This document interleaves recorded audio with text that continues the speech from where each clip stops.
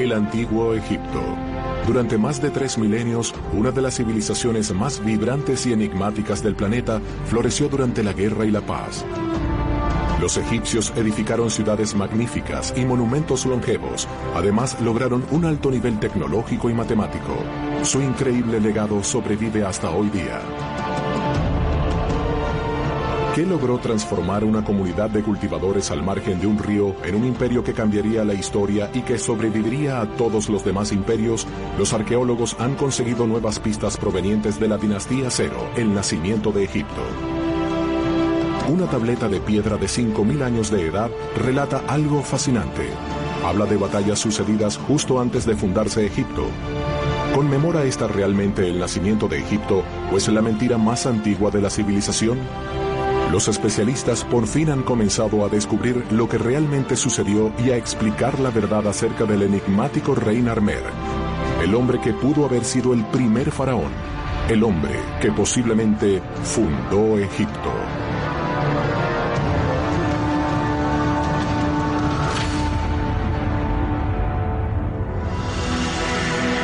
Alto Egipto, hace 5.000 años. Egipto, tercer milenio antes de Cristo. Es el período de la dinastía Cero. A lo largo del río Nilo viven cerca de 1 millón de seres humanos, pescadores, agricultores y cazadores. Es un país dividido y todavía no lo rige un solo faraón. Pero la historia pende de un mensajero real que ha navegado corriente arriba durante semanas.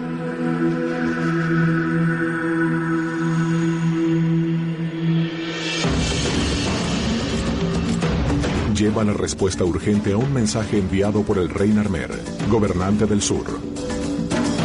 Esta misiva podría modificar el destino de todo el país, de unirlo en paz o de llevarlo a la guerra. Narmer desea subyugar a las tribus dispersas del norte para expandir su reino, cada vez más poderoso en el sur. Pero los principados del delta en el norte siempre habían estado fuera de su alcance. Hasta hace algunos años muy poco se sabía de este periodo, crucial en la historia de Egipto. Hemos aprendido de la dinastía Cero desde hace 10 o 15 años. Antes no teníamos idea de esta década, de que en ese momento hubo poderosos reyes en Egipto. El rey Narmer ha exigido a las tribus del norte que se sometan a su mandato sin oponer resistencia. Por fin llega el mensajero con la respuesta que el rey tanto esperaba. El control de los pueblos del norte significa para él más poder y riquezas, pero las noticias son decepcionantes. Los jefes tribales del delta desafían sus exigencias, desean conservar su independencia, pero la decisión no parece amilanar a Narmer en su gran ambición de gobernar todo Egipto hasta el Mediterráneo.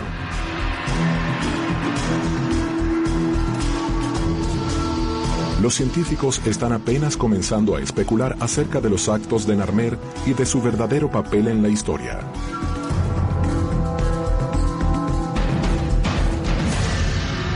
Es difícil separar los hechos de la propaganda política después de 5 milenios. Supuestamente, este rey relativamente desconocido hizo la guerra apertrechando hombres con flechas y mazas, las armas de su época, y eliminó a sus enemigos uniendo así a todas las tribus y ciudades de Egipto en un único reino. Al menos es así según una placa de pizarra tallada conocida como la Paleta de Narmer. Esta es la fuente arqueológica más importante de esa época.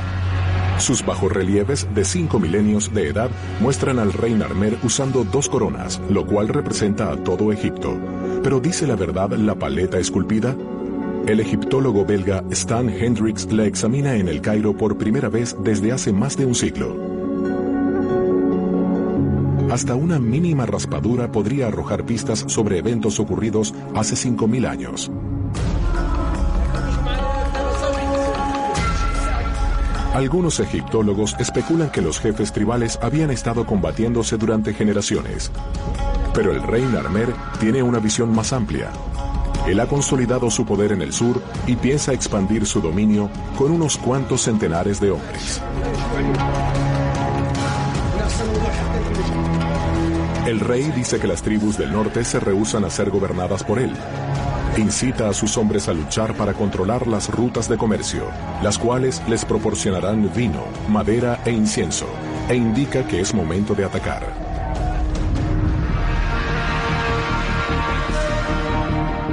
¿Fue esta la gran batalla que permitió el nacimiento de Egipto? ¿Hubo de hecho una batalla como esa? Los arqueólogos han estado buscando indicios. Las cenagosas regiones del delta del Nilo devoraron los secretos de este período predinástico. Pero el desierto al sur esconde muchas sorpresas, entre ellas un centro de poder político que data de la dinastía Cero, un lugar llamado Abidos. Se trata de un asentamiento mágico emplazado en las tierras bajas cercanas al valle del río Nilo.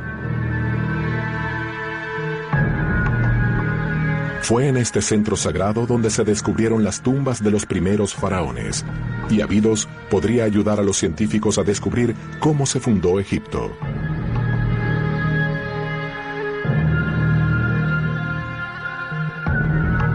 El egiptólogo alemán Günther Dreyer ha dedicado su vida a hacer excavaciones en este lugar.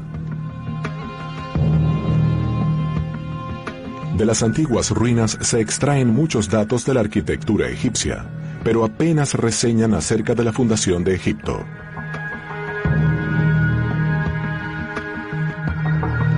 Estas tumbas, que han sido saqueadas constantemente durante 5.000 años, casi no contienen nada excepto restos de alfarería.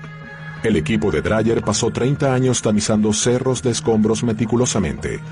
Algunos de los hallazgos más espectaculares solo son del tamaño de la uña de un pulgar, como esta evidencia de la primera escritura de la humanidad. En su laboratorio base, Dreyer almacena cientos de fragmentos de tablillas de arcilla y de marfil. Algunos de los textos más antiguos de la humanidad requieren ser interpretados muy cuidadosamente. Uno de los pasos más importantes en la historia humana es el desarrollo de la escritura, y esta se desarrolló con objetivos administrativos. Debemos entender que si uno quiere controlar más territorios bajo un solo gobierno, debe recaudar impuestos y llevar la contabilidad. La primera escritura jeroglífica de Egipto no fue motivada por la poesía ni por el amor, sino por el gobierno y la política. Estos pictogramas terminaron convirtiéndose en una escritura fonética para su uso en reportes oficiales, recaudación de impuestos, listas de ofrendas y luego para textos históricos y poéticos. Los escribas se convirtieron en la columna vertebral de la burocracia egipcia. Casi todo lo que sabemos sobre Egipto se lo debemos a sus textos jeroglíficos. Los escribían en páginas de corteza de papiro o sobre las paredes de sus templos más espléndidos. Los templos y las tumbas, claro está, ayudan a completar el resto de la historia. Al lado de las tumbas de los primeros faraones yacen los restos funerarios más antiguos que se conocen. Datan del cuarto milenio antes de Cristo. Fue aquí, en los confines de este antiguo cementerio, que los arqueólogos descubrieron la tumba del misterioso rey Narmer. Es sorprendentemente modesta para haber sido del hombre que se considera como el gran líder bélico fundador del imperio egipcio. Ni siquiera fue construida para perdurar. Las tumbas de este sitio son solo fosas con paredes, son muy frágiles. Algunas de ellas incluso han colapsado. Luego de que las abrimos y retratamos, las volvemos a tapar para su futura conservación. Estas fotografías muestran el aspecto que tenía la tumba de Narmer cuando Dreyer la excavó en 1981. El sepulcro consistía en dos simples recámaras contiguas, una para el cadáver y otra para algunos ornamentos funerarios. Esta tumba es tan común que parece contradecir lo que el mismo Narmer aseguraba, que él había sido el gran unificador de Egipto. Pocos siglos después, las tumbas egipcias llegarán a tener dimensiones épicas. Su construcción llegará a tardar décadas y a requerir del trabajo de miles de hombres. Serán tumbas de reyes tan poderosos que sus súbditos los adorarán como dioses.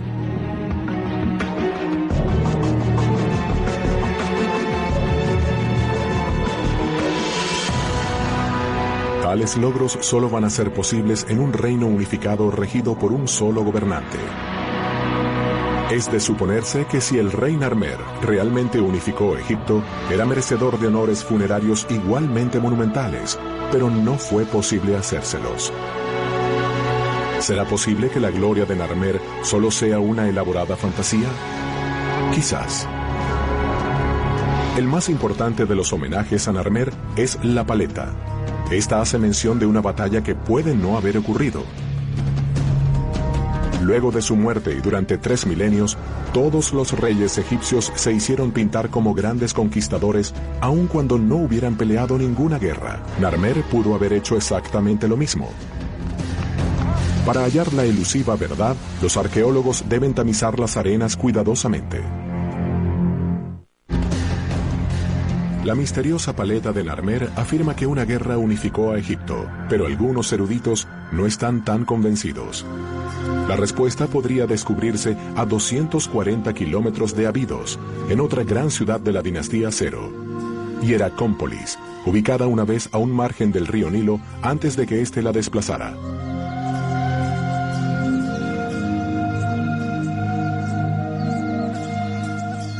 Hieracómpolis tuvo un papel crucial en la fundación del imperio. Durante 500 años, este fue uno de los centros de poder en el sur y una parte vital del reino de Narmer. Fue aquí, en el siglo XIX, que unos arqueólogos encontraron la paleta que lleva su nombre. La arqueóloga René Friedman excava en Hieracómpolis desde hace más de 12 años para tratar de unir los pocos vestigios restantes de la antigua ciudad. Ella y su equipo han hecho un esfuerzo extraordinario para intentar recrear el aspecto que tenía esta ciudad. Ha logrado extraer información vital de ruinas comunes y corrientes. René puede determinar a quién pertenecía esta humilde casa con solo observar sus cimientos. Es la casa de un alfarero que, por suerte para nosotros, la quemó con su horno. Eso aseguró su increíble conservación, porque fue excavada en el suelo natural, que hubiera sido borrado por la erosión, pero como quemó la pared, lo encureció como un jarrón y es rojo como tal por el fuego. Se conservó contra el viento y los elementos. Con esto se ve y se siente cómo vivieron algunos egipcios de este período. Hasta que el trágico incendio le diera un lugar en la historia al alfarero, este vivía con su familia en una simple casa de arcilla, al igual que muchos vecinos.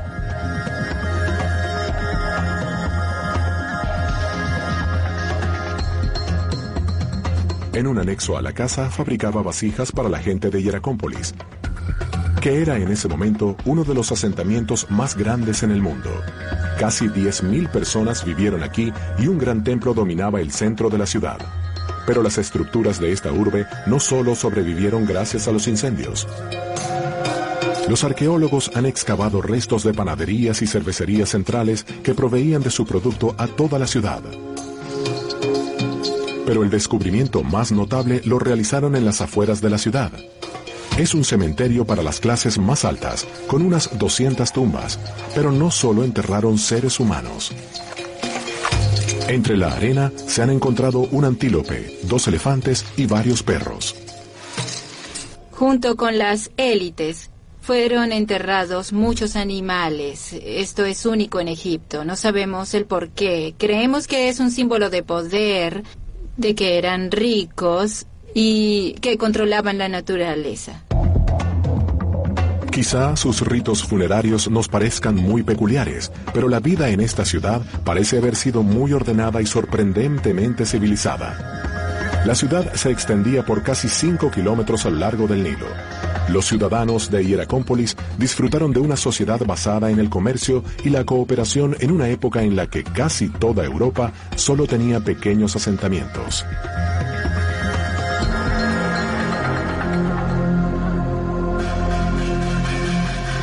Y eso sugiere que la batalla de Narmer nunca sucedió y que los habitantes del norte y del sur de Egipto se unieron pacíficamente.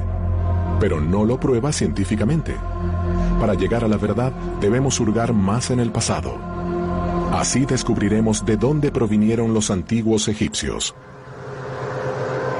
La búsqueda de los orígenes de los primeros egipcios nos lleva a adentrarnos 480 kilómetros en el Sahara, uno de los desiertos más secos del mundo.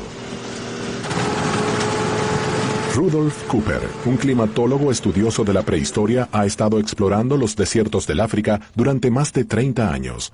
Se dirige a la meseta de Gilf Kabir a examinar una cueva descubierta por unos turistas hace algunos años. Las arenas del Sahara, siempre en movimiento, cubrieron parcialmente el interior de la cueva. Los arqueólogos con sus cubos están descubriendo imágenes que no han visto ojos humanos desde hace 9.000 años. A Rudolf Cooper y a su equipo les esperan muchos años de trabajo descubriendo e interpretando el significado de este lugar, el cual bien podría alojar una de las pinturas prehistóricas más grandes del mundo. En las paredes de la cueva hay imágenes de gente danzando. Son como instantáneas de un mundo prehistórico vibrante. Hay extrañas criaturas, bestias sin cabeza, cazadores que persiguen ciervos, niños que juegan. Además, hay animales que no se asocian a un desierto, como antílopes, avestruces y hasta jirafas. De algunas de estas pinturas uno puede sentir que emana música. A veces parece que en este sitio estuviera ocurriendo algo muy, muy extraño. Pero ¿quién vivió aquí? ¿Y por qué? Eso sigue siendo un misterio. Heiko Rimar y Franziska Bartz, estudiosos de la prehistoria, son parte de la expedición. Por doquier descubren vestigios de los primeros humanos que habitaron la zona. Al examinar los alrededores de la cueva, descubren cosas sorprendentes.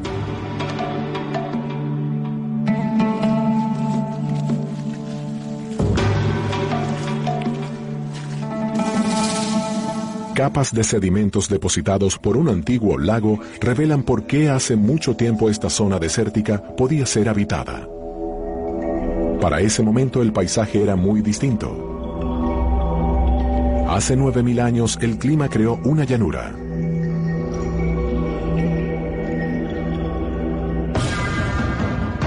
Incontables manadas pastaban por las fértiles llanuras del norte de África. Durante 4.000 años, los cazadores-recolectores de la región tuvieron de sobra para alimentarse. Entonces cesaron las lluvias y las sabanas se convirtieron en desiertos. Cuando el desierto regresó, los seres humanos tuvieron que irse a zonas con condiciones de vida más favorables, como las montañas donde aún llovía, o a los oasis. Pero a la larga, los habitantes del Sahara tuvieron que moverse hacia el Valle del Nilo. Una vez allí se mezclaron con la población aborigen de la zona, y sus descendientes se convirtieron en los primeros egipcios. Muchas generaciones después, los habitantes del Nilo erigieron algunas de las más grandiosas edificaciones de la antigüedad. Y la suya se convirtió en una de las civilizaciones más longevas de la historia, una forjada con diversas tribus beligerantes subyugadas por el rey Narmer. Residencia de Narmer, cerca del año 3000 a.C. Al menos eso indica la tableta que lleva su nombre. Ahora sus soldados se preparan para la guerra. No solo tienen lanzas y mazas, también se valen de arcos y flechas al igual que las de sus ancestros de la sabana del Sahara hace siglos. Han entrenado bien, están listos para la batalla. Narmer, el guerrero más importante del país, presiente que la guerra se acerca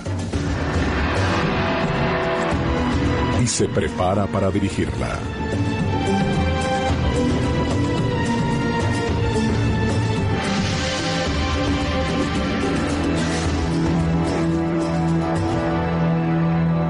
El rey del sur es más que un líder militar. Controla casi todo. Los impuestos, la religión y también la cosecha anual. Como principal administrador, viaja con su familia por todo su reino a lo largo del sur. El bienestar de sus súbditos recae sobre sus hombros.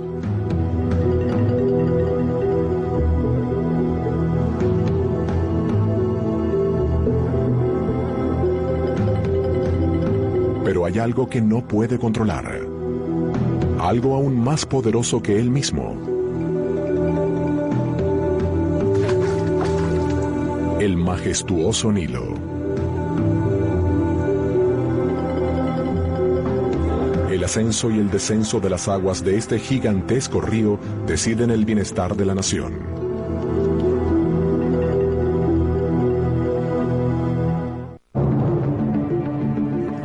La isla Elefantina, que sobresale de las aguas del Nilo, marca la frontera sur de Egipto. Para los primeros egipcios, esta era la fuente del Nilo, y por ende, también de toda vida existente. A partir de la dinastía Cero, había un gran peregrinaje a Elefantina. Es uno de los lugares sacros más antiguos de Egipto. Venían a adorar a la diosa de las crecientes del Nilo. Satet, llamada también la dadora del agua fresca que brota de Elefantina. Satet juega un papel crucial en la cotidianidad egipcia.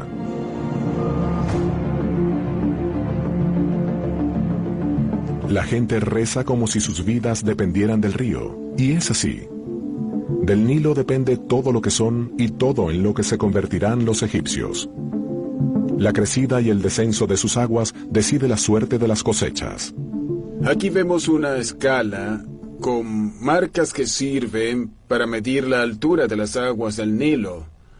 Para ellos poder verificar eso era importante, así pues sabrían cómo serían las cosechas del año y si había un flujo bajo podría no haber cosechas, o si era muy alto podría destruir las cosechas y para los burócratas era importante saber eso antes, de esa manera podían calcular los impuestos para los granjeros.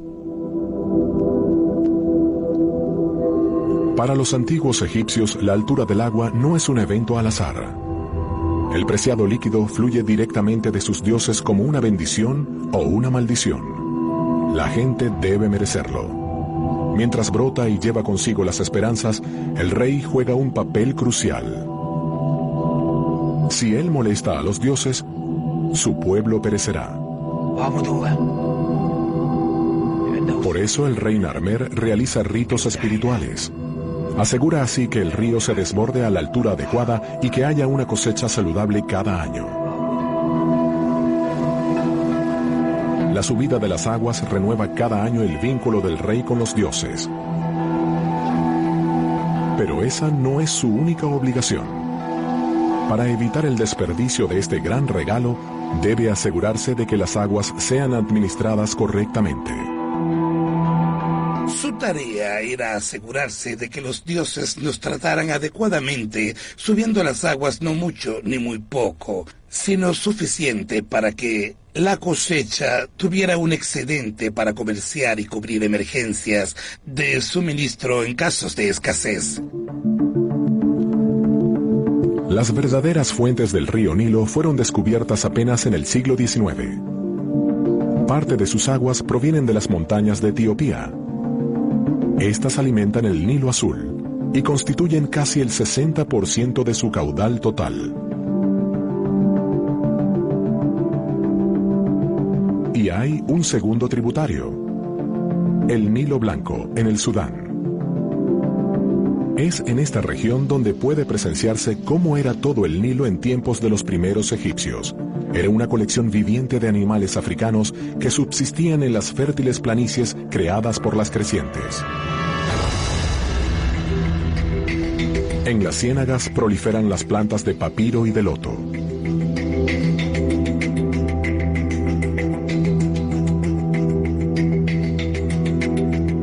En Jartum, en el Sudán, el Nilo Blanco y el Azul se unen para formar el río más largo de nuestro planeta.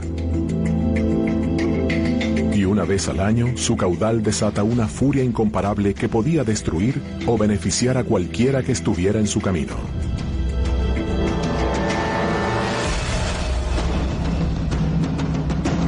Cada verano, fuertes lluvias sobre las mesetas etíopes incrementan grandemente el caudal del Nilo.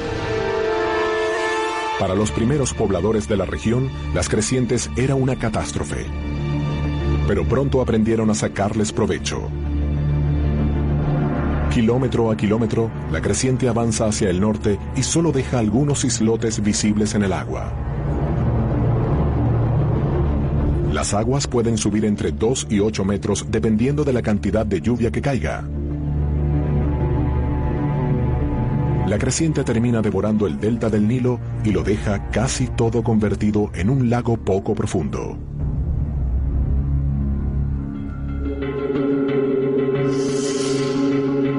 Los antiguos egipcios descubrieron que la creciente arrastraba lodo fértil hacia el valle. De hecho, la inundación es vital para sus cultivos. Fue gracias a esto que existió la civilización egipcia, gracias al Nilo, que les dio agua, algo esencial para toda vida. Cada año, 1 milímetro de cieno se depositaba a lo largo del paraje egipcio. Los nutrientes de este cieno permitieron la creación de las zonas agrícolas más ricas del mundo. Las crecientes anuales del Nilo harán posible la existencia de la civilización egipcia. Sus depósitos arcillosos proporcionan la materia prima para la construcción de chozas y palacios. Ciudades enteras emergen de ladrillos de adobe.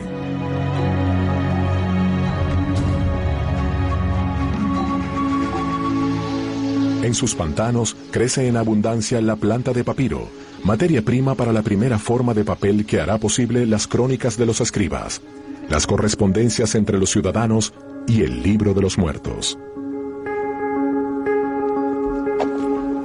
Pero el lodo por sí solo no garantiza una buena cosecha. La gente debe aprender a manejar el gran regalo del Nilo.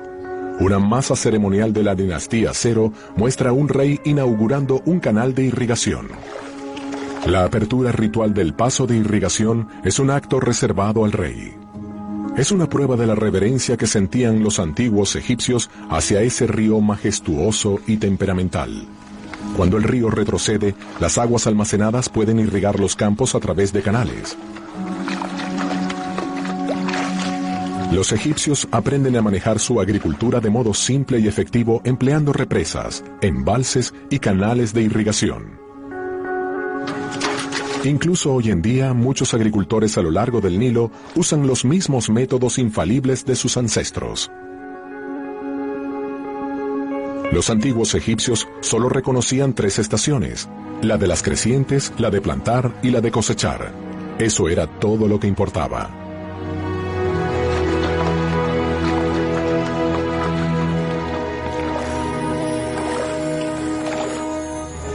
Durante cada temporada de siembra, los egipcios plantan un área casi 5 veces mayor a Atlanta, en Norteamérica. En el rico suelo del Valle del Nilo, el trigo crece más rápido que en cualquier otra parte del mundo, y se estima que durante la dinastía Cero produce suficiente grano como para alimentar a 1 millón de personas.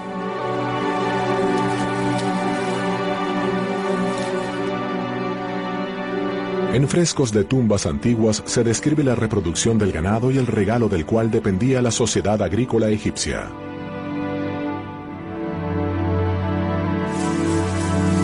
El grano se convierte en la moneda y en el producto de exportación más importante de Egipto. Los egipcios pronto se percataron que la cooperación mutua sería la clave de su éxito.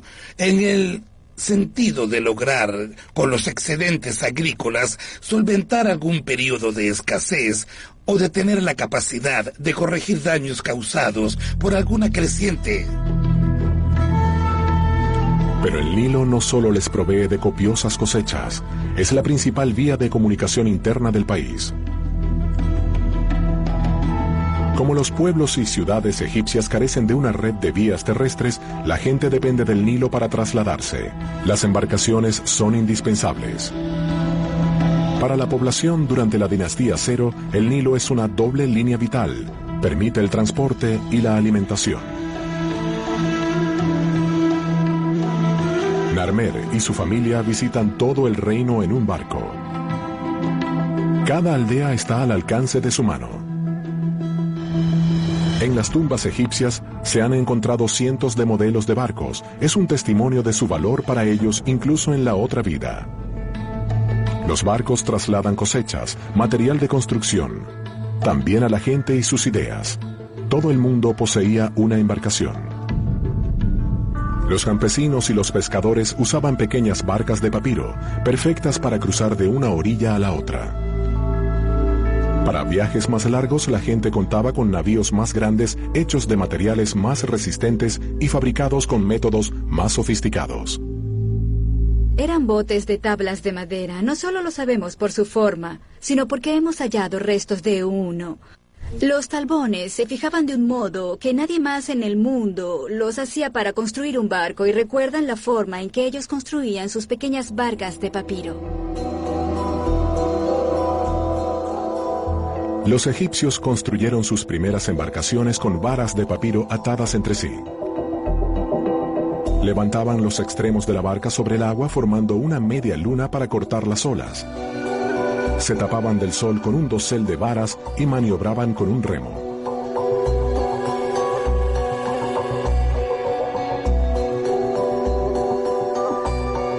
Los primeros botes de madera imitaban la forma de las lanchas de papiro y los construían de modo semejante.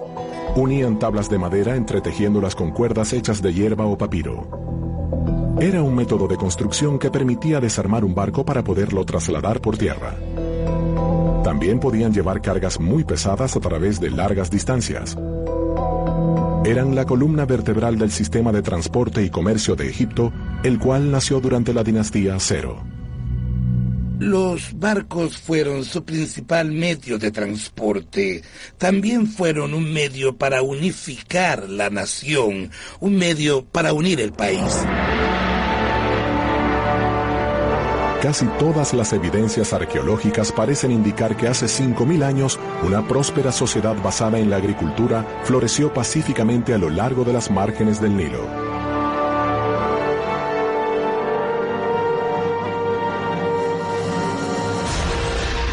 Pero eso jamás lo pensaría quien contemplara la paleta de Narmer. El bajorrelieve es un monumento a la guerra, con hechos violentos descritos gráficamente, enemigos masacrados y prisioneros sujetados por las narices. ¿Cómo pueden estar ambas referencias en lo cierto? ¿Qué evidencias siguen los arqueólogos para resolver la contradicción?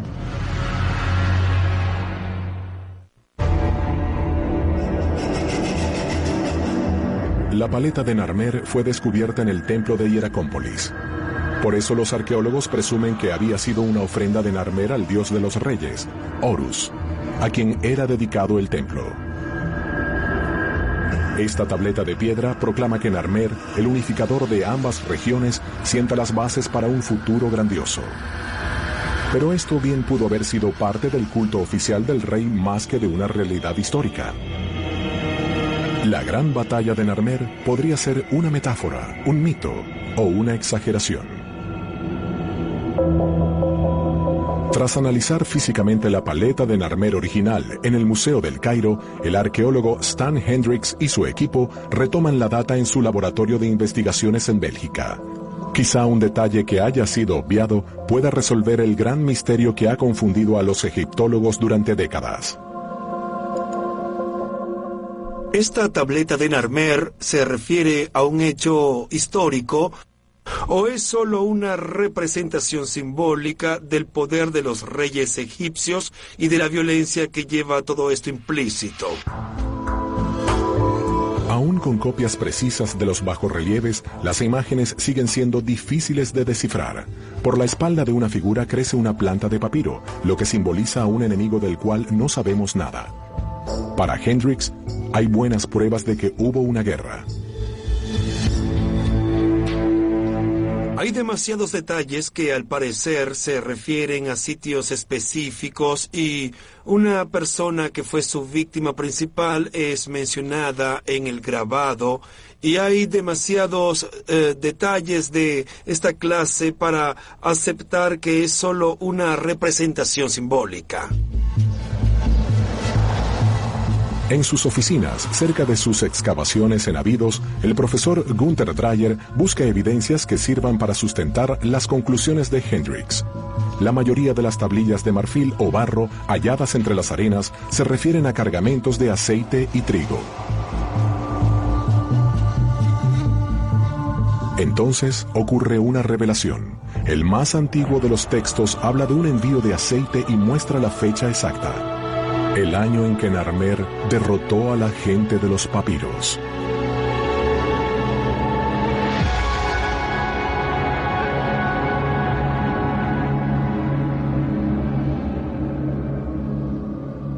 Sabemos que a finales de la dinastía uno no contaba los años como 1, 2 o 3 de un tal o cual mandatario, sino de eventos significativos que hubieran acontecido. Entonces, esta tableta es única y cita la victoria de Narmer sobre lo que llamamos la gente de los papiros.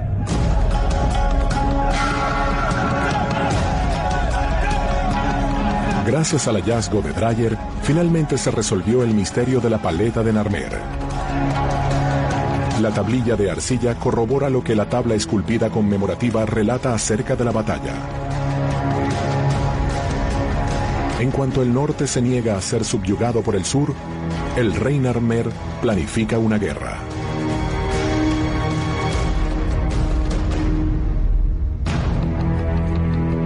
El control del norte es el premio más anhelado para los reyes del sur, pues tiene zonas que han prosperado y su población ha aumentado.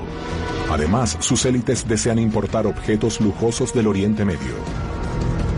Las rutas de comercio que cruzaban el delta hacia el Oriente Medio corrían un riesgo significativo. Creo que el sur quería expandirse hacia el norte, sobre todo para asegurar las rutas comerciales existentes. Narmer y su ejército invasor emprenden una larga marcha a través de territorios inhóspitos.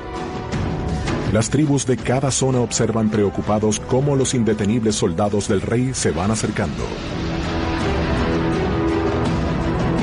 La gente de los papiros está decidida a conservar su independencia.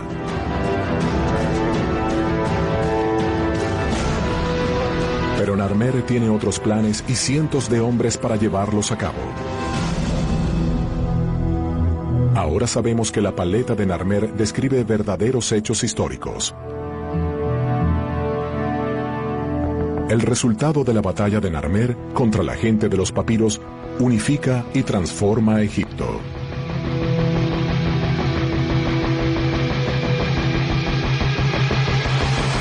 Es una de las primeras grandes batallas de las que se conservan registros históricos.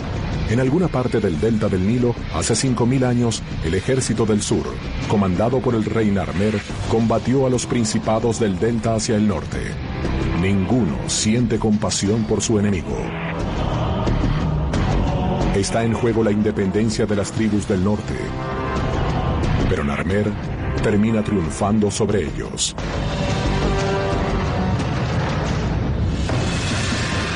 Una de las masas ceremoniales de Narmer muestra un desfile victorioso. Narmer aparece sentado bajo un dosel llevando la corona de Egipto. Sus porteadores de costumbre lo acompañan.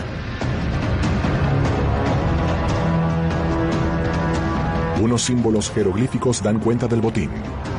120.000 cautivos, más de 1 millón de cabras, 400.000 cabezas de ganado. En la paleta, el rey inspecciona filas de enemigos masacrados. Han sido decapitados y castrados.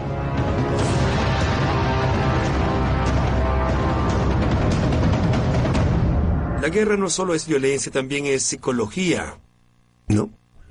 Por eso la humillación de tu oponente puede lograr disuadirlo a dejar de oponerse.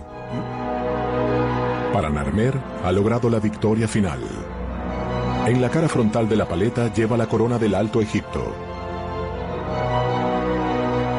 En la parte de atrás, la corona del Bajo Egipto.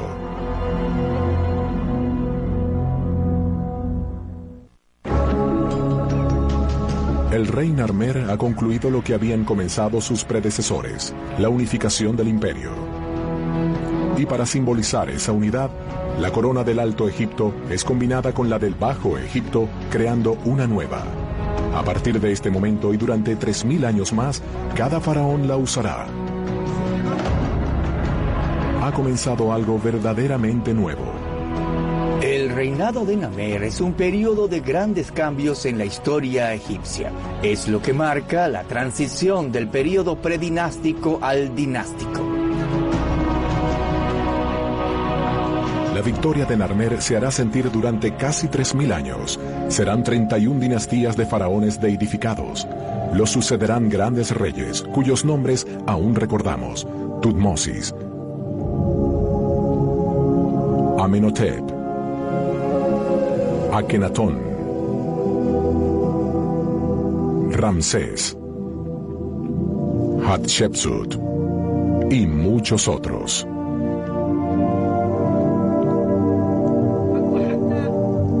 Finalmente están unidos los lotos del sur y los papiros del norte. A partir de ahora, la tarea más importante del faraón es proteger la unidad del reino y defender sus fronteras.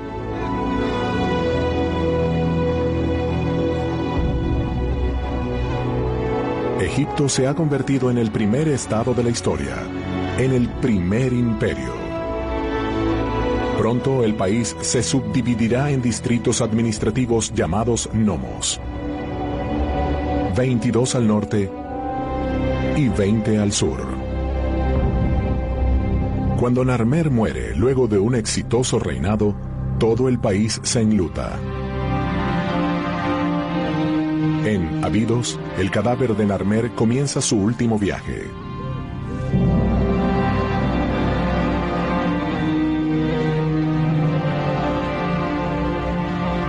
Aún en esa época, durante la dinastía Cero, los egipcios creen que luego de la muerte física viene una vida eterna. La momificación es importante, pero aún no ha sido perfeccionada. Bajo las arenas del desierto, una simple morada eterna recibe el cadáver del fundador del reino rudimentariamente preservado. En comparación con lo que ocurrirá en el futuro, un entierro es un procedimiento relativamente simple.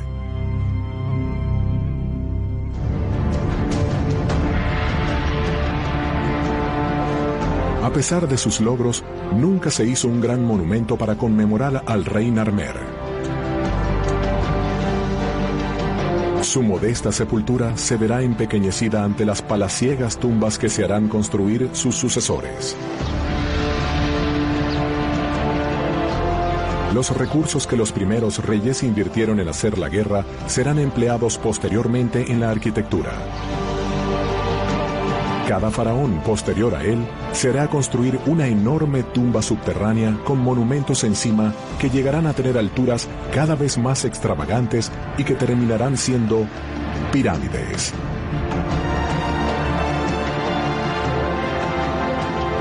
Una expresión de la gloria y del poder de una nación egipcia unificada.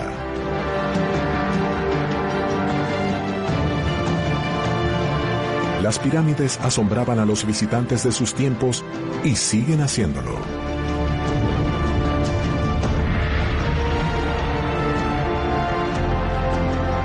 En Egipto, nacida de la guerra, terminó prevaleciendo una tradición de cooperación mutua y de convivencia pacífica. De las bendiciones del Nilo creció una civilización de la abundancia, donde la buena alimentación creó una rica cultura y donde la civilización brotó y floreció unida bajo deificados reyes. Había comenzado la era de los faraones.